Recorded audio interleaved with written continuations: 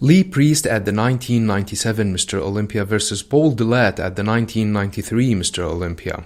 I fared Lee Priest against Sean Ray, and I leave an annotation for those who have not watched the video yet.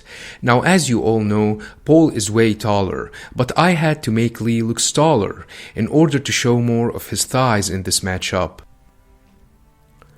The front double biceps shows that Paul is bigger and has the wider frame. Lee, in my opinion, has among the best arms and forearms of all time.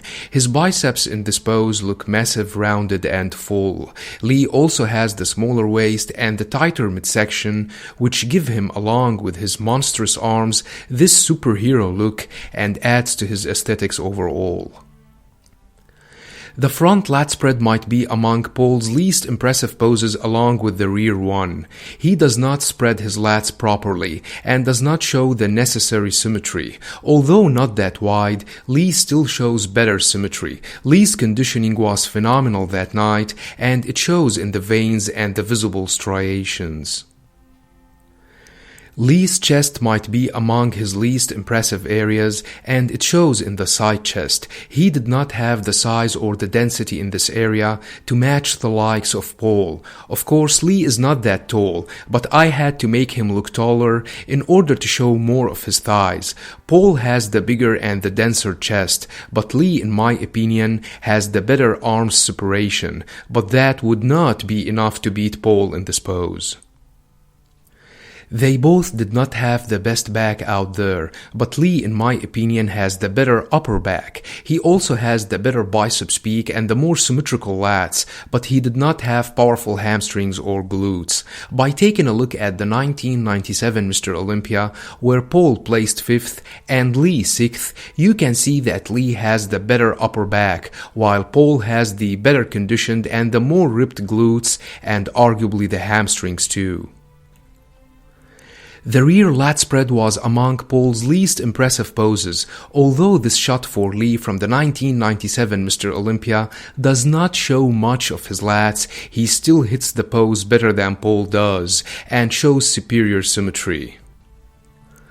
Unfortunately, we do not have side triceps for Paul, but this iconic side triceps shot for Lee shows that he had among the best triceps in his era and arguably of all time.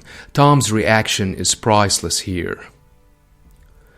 I always liked Lee's abs and always thought that his midsection was incredibly ripped and symmetrical. Paul also has ripped abs and tight midsection for someone his size, but Lee would win this pose.